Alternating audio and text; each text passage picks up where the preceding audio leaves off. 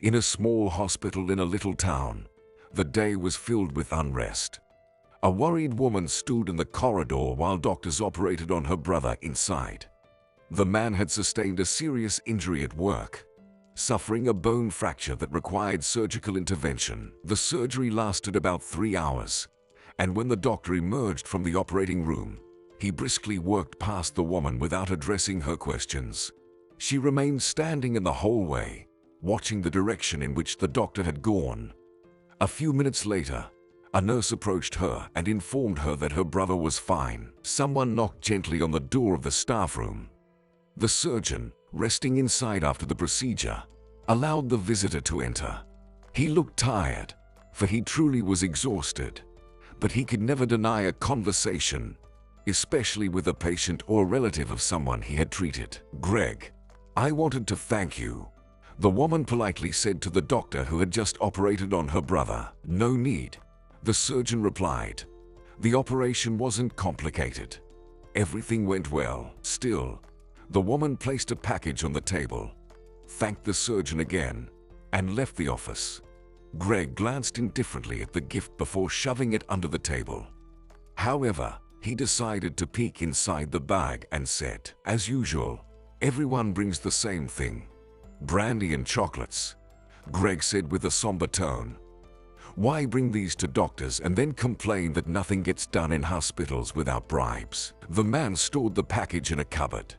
Since he didn't drink alcohol, the gifted bottles of brandy were either gifted to his colleagues or just left in the staff room cupboard for some holiday or other significant occasion. Greg was a very kind and compassionate man, just currently preoccupied with family issues. Thus, he couldn't think about anything else, as his work provided a slight distraction from his troubles. Greg was going through a divorce. His wife, with whom he had been happily married for 5 years, had told him a week ago that she had fallen in love with another man. Chandra often traveled to a neighboring city for work, and it was there that she met a businessman. For a year, she had an affair with him, hidden from her husband, before deciding to leave Greg. What could her husband offer her? The modest salary of a regular surgeon and a small house in a little town. Greg and his wife lived in a small town, just a 10-minute drive from the city, but he refused to move there. The news of his wife leaving for another man hit him hard.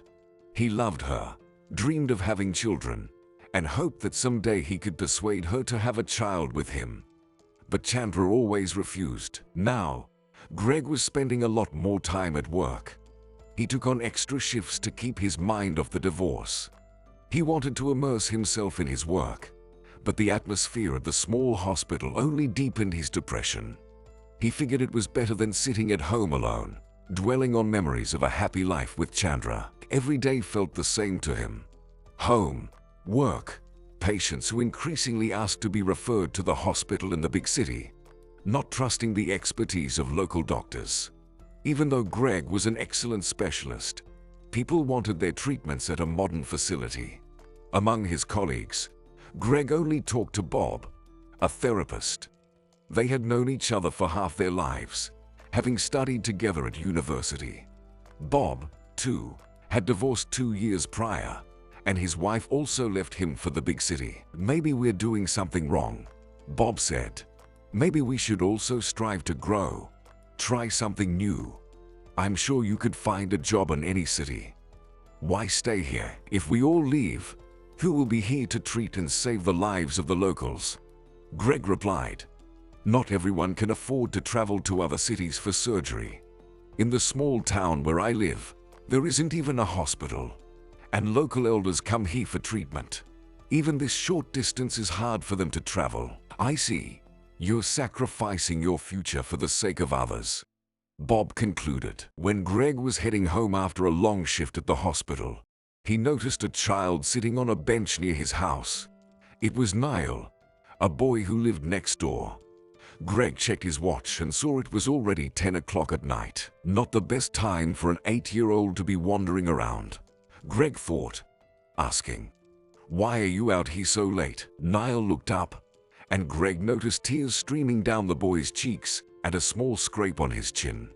He immediately understood what had happened. Niall was raised by his mother alone, who could hardly be called exemplary. Sandra drank heavily, and many locals would come over to keep her company. Of course, no one looked after the child during these times. Concerned neighbors had reported the family to Child Protective Services. Sandra was given one last chance to change her behavior and her treatment of her son, or else Niall could be sent to an orphanage. For 3 months, she tried to turn her life around, got a job, and stopped drinking. But it seems that's where her efforts ended. Greg didn't ask the boy any questions. Instead, he simply invited Niall over so he wouldn't have to spend the night on the streets. He gave him some soup, and then went to talk to Sandra. The woman didn't come out to greet Greg, and when he entered the house, he found her asleep on the floor near the sofa, with 2 glasses and an empty alcohol bottle on the table. Greg decided not to wake her, opting instead for a serious talk the next day when she would be sober. "Did your mom hit you?" Greg asked the boy. "No, I fell by myself," Niall answered. Seeing Greg's skeptical look, he added, "I'm not lying. I really did fall by myself while running away from Jim, who lives on your street." Greg clarified, "Yes, my mom fell asleep, and I wanted to kick him out of our house.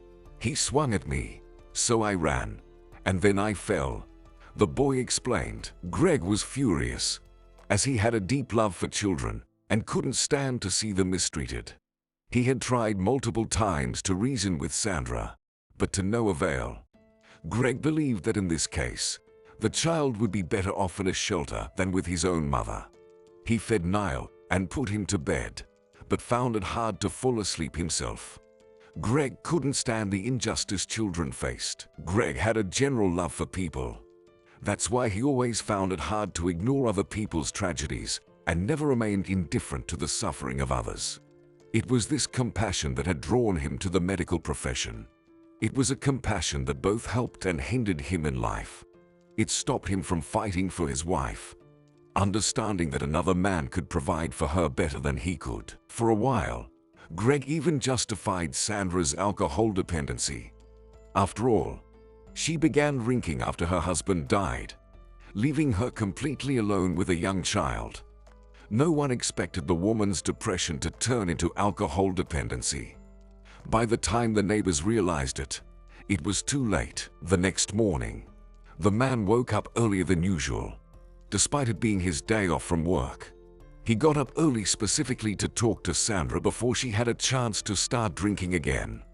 Niall was still asleep, which wasn't surprising since the boy had fallen asleep very late after experiencing a significant emotional upset the night before. Greg knocked loudly on the door, and Sandra opened it swiftly. Her eyes were anxious and angry, but when she saw Greg, her expression turned notably dismayed. She had clearly been expecting someone else. "Did you lose your son?" Greg asked, noticing the woman's agitated state. "If you don't know where he is, then don't waste my time," Sandra replied dismissively. She tried to close the door, but Greg stopped it with his hand. He immediately reproached Sandra for not resembling a mother who is searching for her missing son. "It's time to think about whether your boy is happy," the man said. "I found him outside my house yesterday, crying with a bruise on his face. You know I've always defended you against the other neighbor's criticism. But how have you used the chance given to you by Child Protective Services? Is Niall at your place now?" Sandra asked, as if she hadn't heard what the man had said. "For now, he is with me, but he could have ended up in a shelter if the police had found him, not me." With every word, Greg's tone became more intense. He was angry, and you could have found him in a ditch somewhere. "Remember, at last, that you are a mother. So many people dream of becoming parents but can't, and yet you prioritize alcohol over your child." Sandra broke down in tears, genuinely regretting her behavior but admitting she couldn't give up alcohol. Greg began to talk to her, and each of his sentences made the woman reflect. He said he was ready to help her. He offered to take her to a clinic, find a specialist who could help her overcome her alcohol dependency. Otherwise, if she refused, Greg himself would take the boy to a shelter, and this motivated Sandra. She said she was ready to change. Greg entered Sandra's house and collected all the alcohol she had. The woman herself poured the contents of the bottles down the sink, saying she believed that this time she would succeed. After that, they went to Greg's house for Niall. The boy immediately ran into his mother's arms. It was painful to witness such sincere childlike love for such an irresponsible mother. Niall loved his mom very much. It didn't matter to him what her dependencies were. For him, she would always be the best mom. The man escorted his guests out, closed the door, and sighed. Now, he could finally enjoy his weekend, and the best relaxation for him was a change of activity. He needed to fix the gate and clean the house, but his plans for domestic chores were interrupted. As soon as Greg took out the tools to repair the gate, his phone rang. "Greg, you need to be at the hospital in half an hour for a surgery," said the hospital chief in an anxious voice. "Dermot, I was supposed to have today off," Greg replied reluctantly. "We have a very important patient. We need the best surgeon," Dermot pleaded.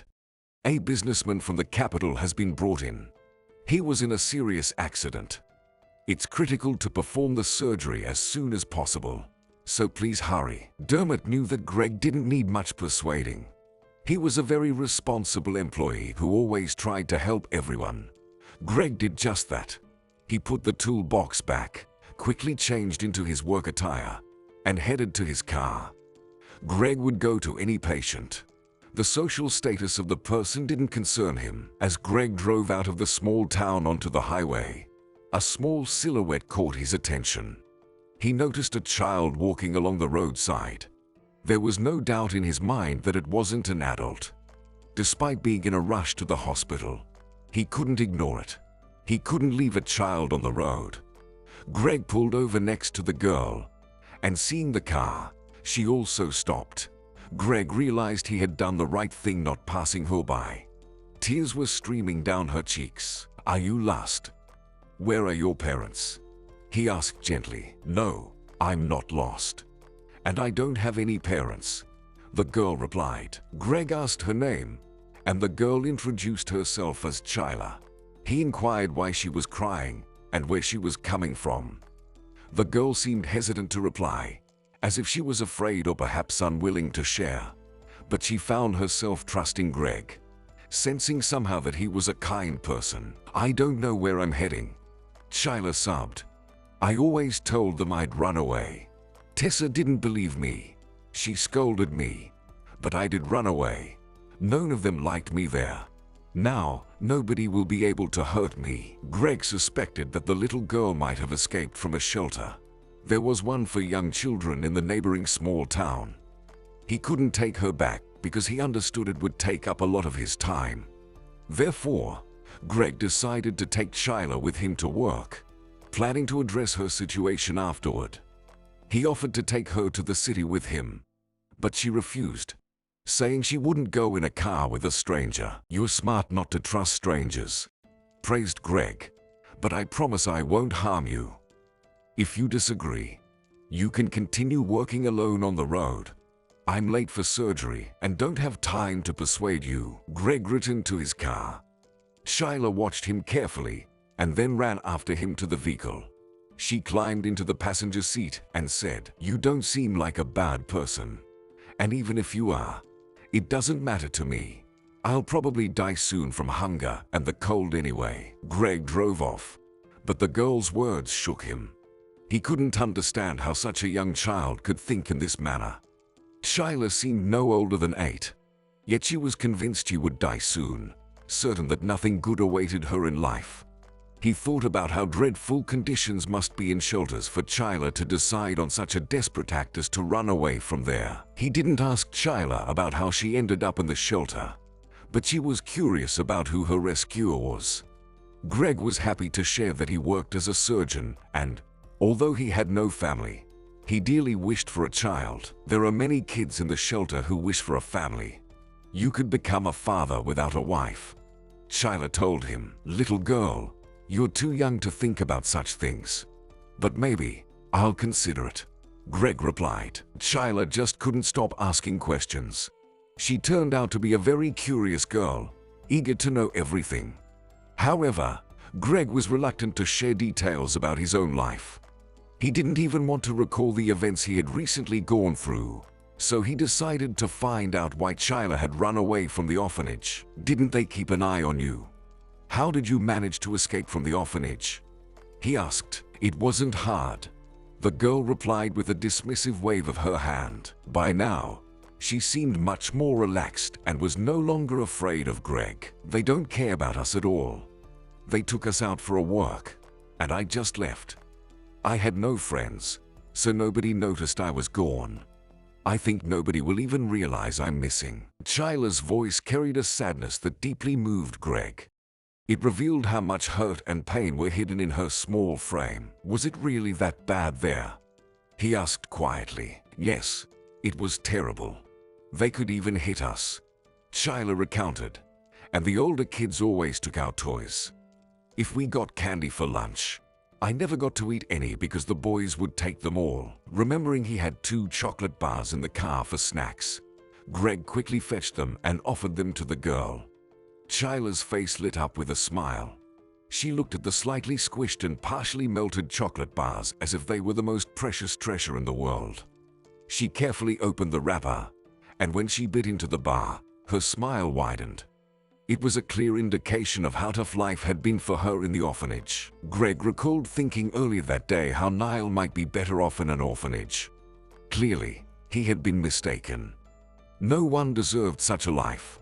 It would be better for a child to be with a not-so-great mother who could, from time to time, provide some love and care. Not wanting to leave the girl in the car, especially not knowing how long the surgery might take, Greg decided to bring her into the hospital. He knew no one would question him about the child. In their medical establishment, there were hardly any strict rules or order. Nurses often brought their own sick children or grandchildren when there was no one at home to care for them. Who did you bring this time? Bob asked in surprise when he noticed his friend with the girl. It's a long story, Greg brushed off. Then, turning to Chila, he said, let's go with me. There are too many curious people around here. Entering the operating area, Greg was surprised to see a patient on the table, covered with a white sheet, something usually done with deceased individuals, not those awaiting surgery. He told Chila to stay on the bench where he had seated her, and then he headed to Dermot's office. What a foolish decision that was. Did he really think the child would just sit still? But how could he have known? He had never been involved in raising children before. Upon entering the hospital director's office, he saw that the director was packing his things into a box, and there was a suitcase under the desk that Dermot nudged further away with his foot when he saw Greg, hoping he hadn't noticed. The hospital director was displeased someone had walked in while he was packing, but he agreed to talk to Greg, though he didn't stop his packing. Are you going somewhere? Resigning? Greg asked, completely forgetting what he initially wanted to inquire about. Yes, I'm being transferred to the capital. Imagine that. Such unexpected news, Dermot replied. Very unexpected. And what happened with that businessman? I take it he no longer needs surgery. Greg remembered the reason for his visit. Dermot explained that the patient had died almost immediately after he had called Greg. They simply forgot to call back and tell him not to come to the hospital. He told Greg to go home since there was nothing left for him to do at the hospital today. I hope you're not too upset about having to come in on your day off, the director added. No, everything happened as it should, Greg replied. At that moment, he thought that his meeting Chila wasn't just coincidence. Even though the businessman could no longer be saved, at least this girl would no longer be working the streets alone. But what the man didn't yet realize was how significant their meeting was going to be for his life. Chila was a curious girl, unable to stay still. It was her first time in a place like this, and everything around her intrigued her. She examined the operating room with interest, but there wasn't much to see. What intrigued her most was the man lying on the table. Suddenly, his hand slipped out from under the sheet, But Chila didn't even flinch when it happened. She approached to put his hand back in place. For some reason, she decided that everything should be as it was before Greg left. As she got closer to the table, she noticed a mole on the man's hand, just like hers. She had always thought her birthmark on her wrist resembled a teddy bear. It did indeed resemble the head of a toy bear. Without much thought, Chila pushed back the sheet to see the man with the same birthmark as hers. When she saw the man's face, she froze. He had a small mole above his lip, just like hers. Chila carefully examined the man. He had hair the same color as hers, plump lips, and a thin nose. He looked so much like her. Despite his face being disfigured with scars, the resemblance between them was undeniable. "Is this my dad?" Chila said aloud and started to cry. "Chila, what are you doing?" panicked Greg, who had come looking for her. When he saw her crying, he quickly changed his tone and said, "Are you scared? It's okay. Sometimes people die. You shouldn't have looked at that, don't you see?" The girl asked, "This is my dad. Why is he covered? Is he sleeping?" Greg began comparing the man and the girl. He noted the resemblance between them was indeed striking, but he replied that she shouldn't be certain they were related. There are many people in the world who look alike. Greg pondered how to explain everything to her. Knowing this girl, more than anyone else, dreams of finding her parents. And now she had to learn that he had passed away. "Just look, we have the same moles," Chila said, taking the man's hand. As soon as the girl touched the man's hand, her eyes widened. Chila immediately jumped back from the hand. Greg didn't understand what caused such fright and asked why she was so scared.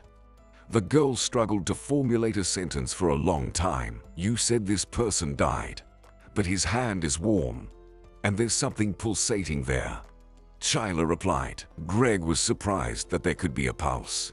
He took the patient's wrist and confirmed that the man lying on the table indeed had a warm hand and a pulse. This was apparently what scared Chila. The surgeon began to piece together how it happened that a living person was declared dead. They had problems with staff at the hospital, but how could they declare a living person dead? He immediately remembered Dermot's sudden move to the capital and promotion, which was unknown until yesterday. In small towns, news spreads quickly, and their chief was the type of person who shared his successes with everyone. Greg immediately called his friend Bob and asked him to detain Dermot by any means necessary, while he himself called the police, deciding that competent people should deal with what was happening here. The orderlies came to the operating room. They were about to transfer the patient to the morgue, but Greg told them it wasn't necessary for now. "Dermot told us to quickly process this body. They'll cremate him this evening," one of the orderlies said. "As far as I know, Dermot is no longer the chief of our hospital," Greg replied. "So I'm telling you, this patient doesn't need to go to the morgue." The orderlies shrugged and left the operating room. They didn't care whose orders they followed, but if they were told not to work, then they didn't have to and could rest. Greg decided to examine the man. There were visible bruises on his body, indicating he had indeed been in an accident. After the examination, Greg realized that the man still needed surgery. He escorted the girl out into the corridor and called for assistance. In the corridor, he noticed that Bob had barricaded Dermot's office door. His friend immediately approached him and asked, "Can you explain what's going on?" Bob asked, "Are you going to operate on a dead patient? I locked the chief in the office. Can't you hear him yelling at us? I hope you haven't gone mad." "The thing is, this patient is alive, but he's in critical condition," Greg replied. "I'm going to operate on him now." And our Dermot decided to urgently leave town. And I saw some suitcase under his desk. I think it's a payoff. Bob clutched his head, finding it hard to believe what he had heard. But no one doubted that their boss could be bribed. He had a deep love for money and never turned down bribes or gifts. But to agree to something like this, "You need to tell all this to the police. They are already on their way to the hospital." Greg continued, "I'll give my statement after I've operated on the man.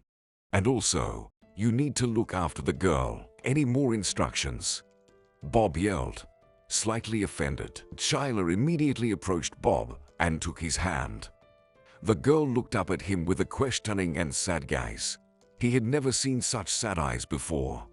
He led her to the staff room, gave her a pen and a blank sheet of paper so she could draw, and then went to meet the police. Greg went to prepare for the surgery, feeling anxious.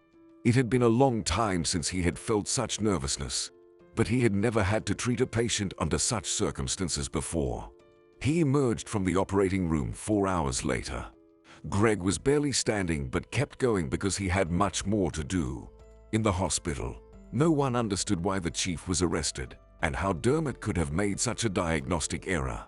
Everyone can make a mistake, but to confuse a living person with a dead one was indeed strange. Colleagues began to gather around Greg, eager to ask for all the details. He brushed them off, saying he didn't know anything. When Greg entered the staff room, he found Chila asleep on the couch, with Bob dozing off in a chair beside her. As soon as the surgeon entered, Bob immediately woke up. He informed Greg that Dermot had been arrested by the police but was still not talking. Indeed, $1 million had been found in his office, but when asked where it came from, the man claimed he had saved it. Imagine how long he must have been saving. Bob laughed. It's very strange for such a story to unfold in our small town.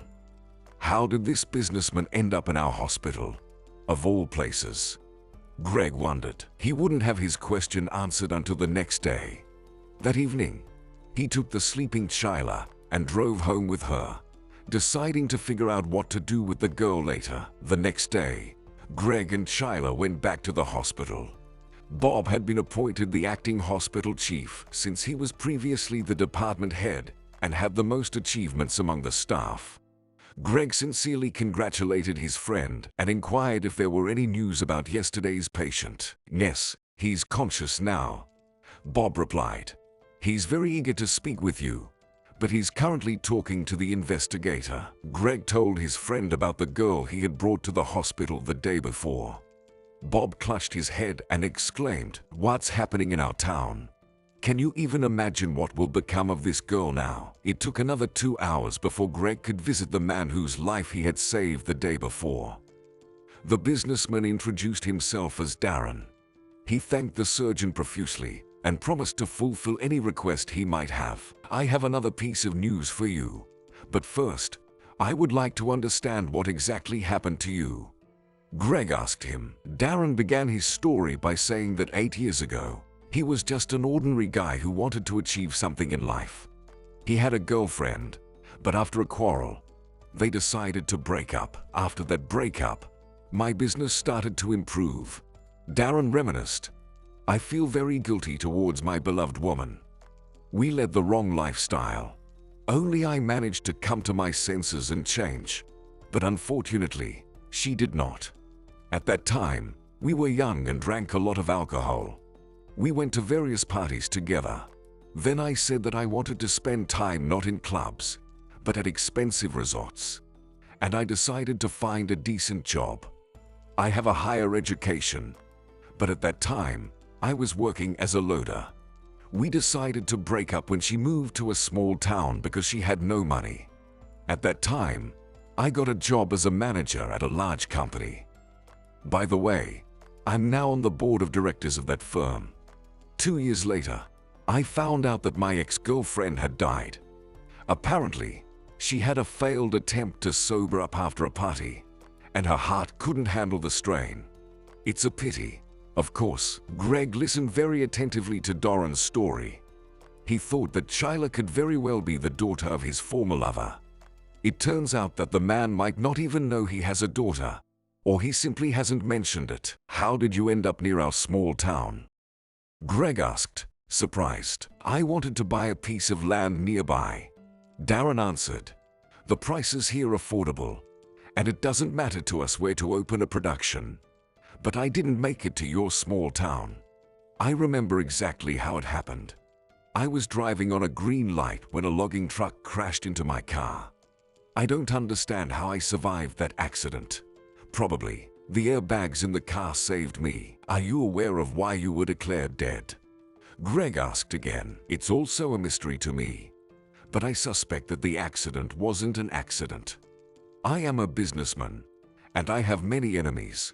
Darren replied. Greg decided not to mention the girl to Darren right away, feeling that Darren had enough to process at the moment. After speaking with the man, he planned to go to the police to determine if Chila was indeed the businessman's daughter. However, when Chila heard that she was going to be taken to the police station, she became very upset. They'll send me back to the orphanage, the girl said and began to cry. Greg tried to explain that he had no other choice.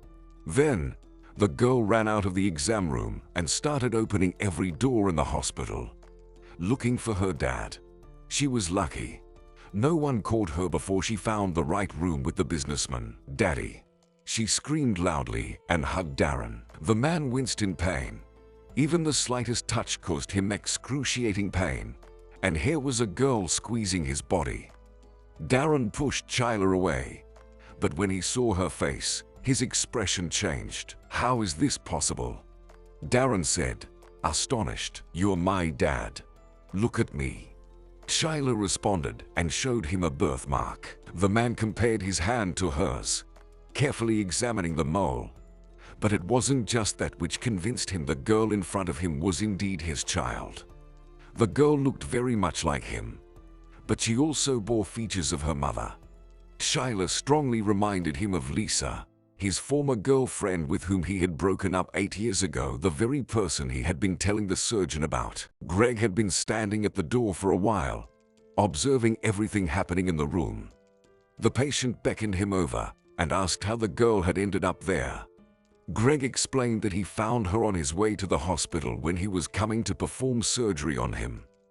Darren asked the doctor to look after Chila until he recovered and could address the situation himself. He inquired about what had happened to her mother and how she ended up in an orphanage.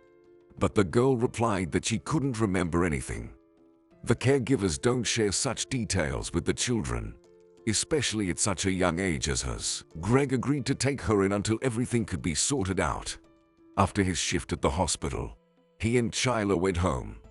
He managed to leave work a bit early that day because his new boss, who was also Greg's best friend, decided to give him a shortened day, understanding that he needed some rest after the tumultuous last few days. As Chila and Darren approached the house, the girl noticed Niall. The boy was playing near the doctor's home. How are things with your mom? Everything's fine. After talking to you, she stopped drinking alcohol. Niall replied cheerfully. Chila asked to play with him because she didn't want to be stuck at home again. After all, she had spent the last few days in the hospital. Greg didn't mind. He asked the kids to be careful outside. The doctor decided to distract himself in his usual way by doing some chores around the house. Unfortunately, he couldn't fix the gate again as it was already getting dark outside. Greg sat on a bench, releasing cigarette smoke. He rarely smoked, but the events of the past few days had worn him out to the point where he had to fetch the pack of cigarettes he'd placed in a drawer a week ago. Greg remembered taking it out the evening his wife told him she was leaving him for another man. His contemplation was interrupted by children's voices. Niall and Chila were coming, and a few seconds later, they ran into the yard, playing tag. Then, Sandra entered through the gate. She asked the children to play outside the gate because she had something important to discuss with Greg. If you're looking for alcohol, I don't have any, Greg said, with a hint of irony. I wanted to ask about the girl. Where did she come from? Sandra inquired. It doesn't matter, Greg responded, extinguishing his cigarette. Sandra pulled out a photograph from her pocket and showed it to him.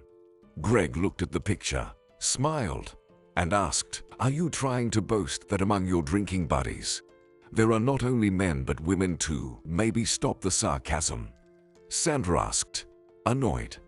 Look at this girl. Doesn't she remind you of someone? The photo showed Sandra and another woman hugging each other, with glasses in their hands. Greg didn't immediately understand why she was showing him this picture. but he took the photograph and looked closer. The woman did remind him of someone, but he couldn't figure out who. And who is this exactly? He asked seriously. It's a friend of mine, though she's been dead for a while, Sandra replied. She could have competed with me for the title of the worst mother. Not even a month after her daughter was born, she started drinking heavily. And during her pregnancy, she wasn't against alcohol either. She told me she left her boyfriend and then found out she was pregnant. But she drank so much that she only noticed her pregnancy when her belly had grown. Greg quickly remembered what Darren had told him at the hospital. Their stories were strikingly similar, and that girl was also named Lisa. That's when he realized who the woman in the photograph reminded him of. It was Chila's mother. Greg asked to keep the photo to show Darren and verify if this might be the same woman the businessman had encountered. Where do you know her from? I don't remember such girls in our small town, Greg asked. She lived in the neighboring town. My husband and I used to go there sometimes, Sandra replied. By the way, I wasn't so heavily dependent on alcohol back then. I've heard you're not drinking anymore. Well done. Greg commended his neighbor. Sandra responded that she wouldn't return to her past and would no longer drink alcohol. While it was difficult for her to resist, she was determined to do everything to provide a better future for her son. She even got a job. The next day, Chila and Greg went back to the hospital. The girl now wanted to spend more time with her father. The doctor also stopped by Darren's room but didn't manage to talk to him. He ran into his friend, who had now officially become the hospital's chief. Bob was walking down the hallway, easily recognizable from afar by a huge, bloody bruise adorning his face. Who did this to you? Greg asked with a smile. Have you not heard what happened to your patient last night? Bob inquired. That evening, Bob had stayed late at work to deal with hospital paperwork. Now in a significant position, he was intent on improving the hospital's operations. He didn't notice nightfall and decided to stay at the hospital overnight, as it made no sense to go home by then. Around 3 in the morning, he heard some noise. Bob went into the corridor, and the sound repeated. From a distance, there were sounds of blows, followed by a man calling for help. Bob cautiously approached the room from which the strange noises were coming. He almost immediately guessed it was the businessman's room. The door was open, and Bob saw a man standing near the patient's bed. The doctor called the police first, then entered the room. He grabbed the assailant, whom Darren was already holding by the arm, and a struggle ensued between the men. Bob noticed that the unknown individual had a syringe in his hand. Despite doubting his own strength against the stranger, who was totally unprepared for someone to intervene, Bob managed to stop him. The police arrived at the hospital very quickly. An investigator informed them that they suspected the person who had attempted to assassinate the businessman would try to finish the job. How could an outsider just walk into the hospital without any trouble? A police officer asked Bob. You're aware of who our previous hospital chief was, right? Bob replied with a hint of irony. I haven't had the chance to change everything yet. I agree. We practically have no security. I hope your hospital won't have such problems anymore, the officer responded. Darren revealed that he recognized the person who tried to poison him as his main business rival. The investigator suggested that this rival was the one who orchestrated the car accident and then bribed Dermot. In the morning, Darren was woken by a call from the police, informing him that it was indeed his business rival who had arranged the assassination attempt. A fact revealed by the driver who had crashed into Darren's car. So that's the story, Bob concluded. Darren seems to be quite unlucky, Greg replied. On the contrary, I think he's very lucky, Bob countered. He's been targeted for murder twice, and both times they failed to kill him. Greg finally made it to his patient's room that day. Chila was already sitting there beside her dad, happily recounting their life with Greg. Darren was delighted to see the doctor who saved his life. The surgeon conducted the usual health check, examined the stitches, and reviewed the patient's test results. Then they had a calm conversation. Guess what? The police already figured out what happened to me. Greg cheered up. They found the driver who intentionally crashed into my car. He turned out to be a foolish man who believed the police and told them who paid him to crash into my car. And the most insulting part is, my life was valued at only $3 million. And they even promised that if anything came up, he'd be taken care of in jail. But when they found out the man was still alive, they paid Dermot, the hospital chief, to quickly send Darren to the morgue for cremation. So, did the driver confess to everything? Greg asked in surprise. Yes, and your Dermot gladly provided the name of the person who paid him off to have me killed. Greg replied. He got the same amount of money as the truck driver. So, my life was valued at just $6 million. I heard you had another adventure last night. Greg added. Yes, that man actually showed up at the hospital. Darren confirmed. If it weren't for your new hospital chief, we wouldn't be having this conversation now. Amazing people live in your small town. Very kind and good people. Maybe I should move here too. I understand you've already had enough excitement, but I have a photo of Chila's mom. Greg said. Take a look. Maybe it's the same Lisa. Darren agreed to look at the picture, but when the surgeon handed him the photo, tears streamed down his cheek. He bit his lip and nodded. Despite how badly their relationship ended, this woman once meant a lot to him. He even cried when he learned of her death. Yes, it's her. The businessman whispered softly. So it's true. But why didn't she tell me she was pregnant? I could have helped raise the child. Has Chila told you about what she went through in the orphanage? And yet all this time she had a father who could have given her so much more than she could ever imagine. You can do that now, Greg suggested. Let's invite Child Protective Services to the hospital. Let them start processing the paperwork for you to officially become her father. Chila ran away from the orphanage, and the police are probably already looking for her. If they find her at my place, I'll have trouble. I'm surprised it hasn't happened yet. Darren agreed that it would be the right decision. He called his assistant from the capital to represent his interests in court and track the investigation details. Now, the assistant had an additional task: to arrange for Darren to bring Chila home. First, they needed to establish paternity. Chila couldn't believe her luck. When Darren told her he would soon take her home, she jumped for joy, ran around the room in circles, and shouted, "Hooray!" But first, he needed to regain his strength and health. Greg informed him that the businessman would have to stay in the hospital for at least another 6 months. A week later, Darren could be transferred to another hospital, and he left for the capital. The assistant quickly processed all the documents, and Chila went with her dad. The businessman wanted to take Greg with them. He promised to get him a job at the best hospital in the city. But to his surprise, the surgeon refused. He reiterated that he couldn't leave this town because there were hardly any good specialists there. Too bad. You're a good person. Darren said goodbye. But let me find a way to thank you somehow. You saved my life and found my daughter. I can't ignore that. Greg didn't ask for any rewards for his actions. He said any person would have done the same. Nevertheless, Darren still thanked him. Finally, Greg managed to repair the gates at his house. When he was almost finished, a car pulled up to the yard. The man thought it was Darren, although it seemed unlikely at the moment. But no one else could drive such an expensive car in their small town. It turned out to be Darren's assistant. The man silently got out of the car, placed a suitcase in front of Greg, and drove off. Greg tried to ask what it all meant. What was in the suitcase? But he didn't get an answer. Opening the suitcase, he immediately closed it. There lay a sum of money he had never seen in his life and would never have earned.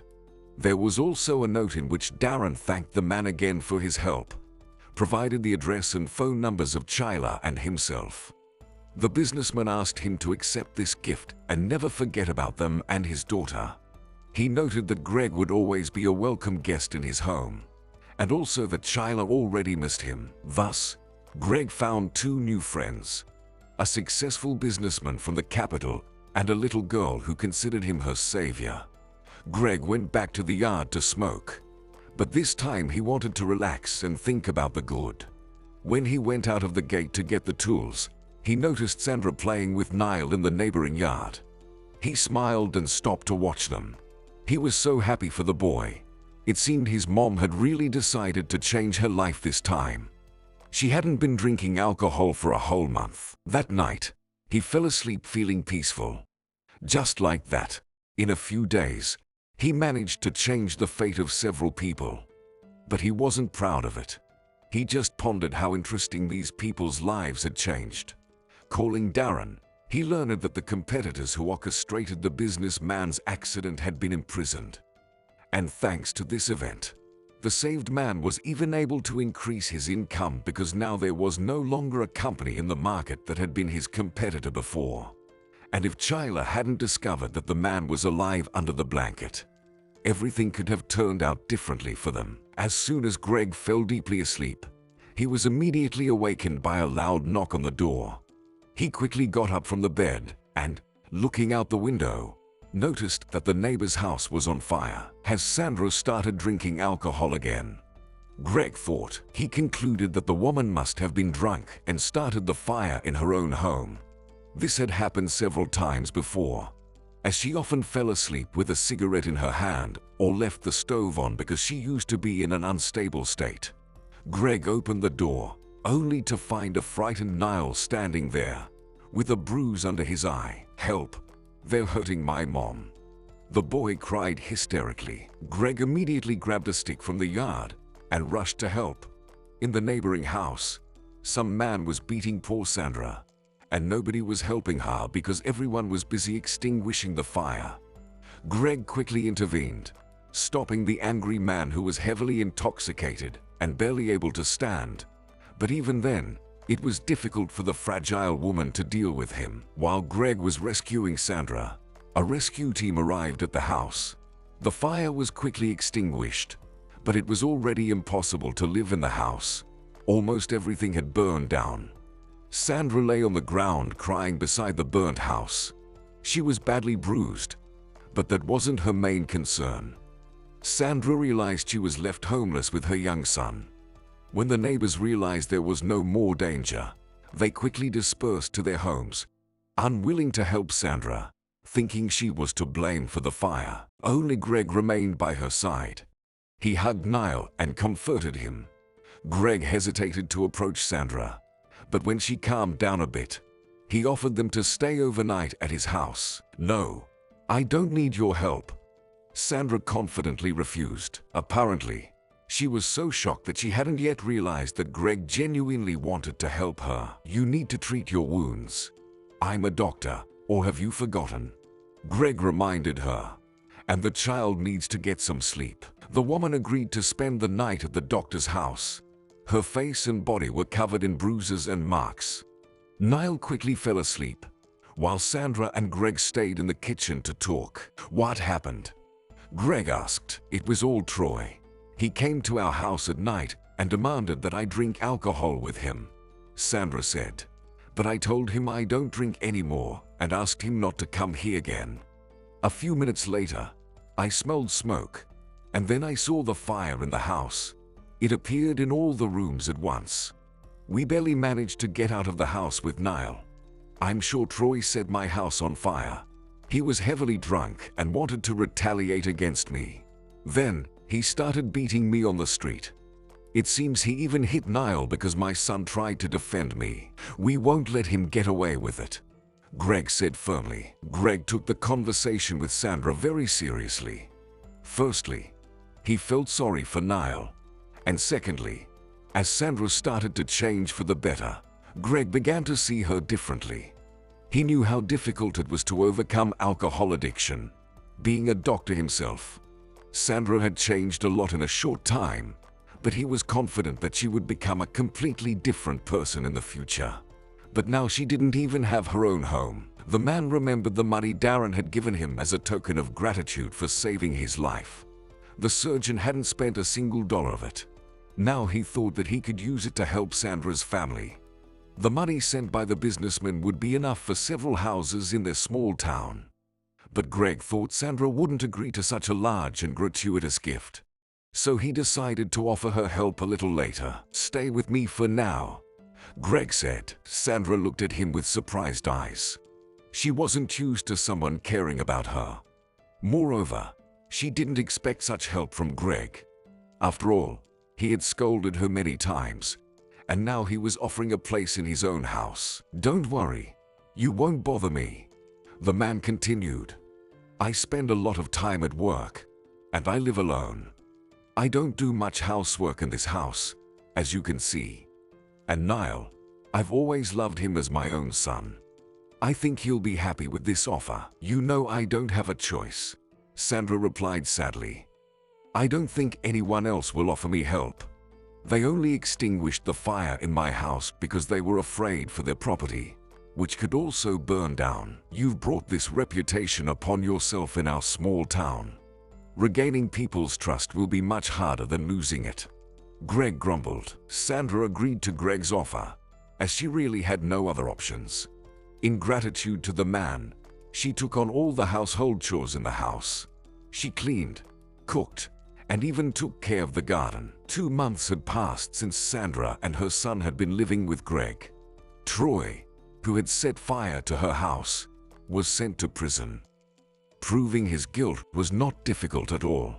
Not a single person in the small town could say a bad word about Sandra anymore.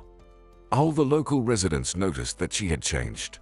Besides becoming quiet and calm, she also transformed externally, becoming neater and more beautiful. Greg interacted with Niall like a father with his son. They went to the forest together, did chores in the yard. The man taught the boy how to ride a bike, swim, and fish.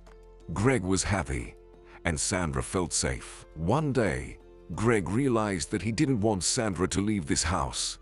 The only thing he didn't like was that Sandra didn't feel like the mistress of this house. She still asked for his permission to turn on the TV and clarified where she should sleep. Although from the very first night, the man had told them to sleep with Niall on the big bed, while he himself went to sleep on the couch. But this behavior was easily explained by the fact that Sandra understood that one day she would be told to leave this house. Every day Sandra woke up with this thought and fell asleep thinking that tomorrow would surely be the last day of their peaceful life with her son. "Sandra, let's have an honest talk," Greg said. The woman was a little scared, thinking that this conversation was about them and her son having to move out of this house. Her hands and chin trembled. Sandra modestly sat down at the table, and of course, Greg noticed her agitation. So, he hurried to reassure her. "I don't want you to leave this house," Greg said. "This is your home, and you are my family. I think you won't disagree that we have all become close. Niall will soon start calling me Dad, and you and I still can't admit our feelings to each other." Sandra relaxed a bit, but now she started worrying about another matter. After all, she had long been in love with Greg, but never allowed herself to entertain the thought that they could be together. It was because she considered herself unworthy of such a good and honest man. "Sandra, please don't stay silent," Greg said. "Tell me your answer. If you don't have the same feelings for me, I'll buy you a house wherever you want. I can even buy you an apartment in the city. I have the money." Sandra was even more surprised, as she couldn't understand what she had done to deserve such a kind and honest man. Finally mustering the courage to speak, she agreed. Sandra began by confessing her feelings for Greg, and only then did she add that she also wanted to continue living together with him. Niall was the most overjoyed by this news. In his dreams, he couldn't fathom living in a happy family with his mom and dad. "Thank you, Dad," Niall said. Greg was very pleased to hear such words from the boy. But they still had to move. Living in the small town had become impossible. Despite what the locals said about Greg and Sandra, they started laughing at the man whom they had once respected and began saying that he was living with a bad woman. Greg decided to buy an apartment in the city. This way, he bid farewell to anything that reminded him of his past life, and they started anew, as Sandra could finally stop thinking about her past. Now it was easier for Greg to commute to his new job. Niall started first grade at a good school, and Sandra found work. Greg decided to set aside the money Darren had given him. He planned to spend part of it on his wedding with Sandra and save the rest for Niall's education. The main guests at their wedding were Chila and Darren. They also shared how good it was for them to live together. After all, Chila was able to find a family, a dad and a mom. It turned out that Darren had long had a fiancée who gladly began spending time with Chila, and now their families often visited each other, and Niall and Chila became best friends.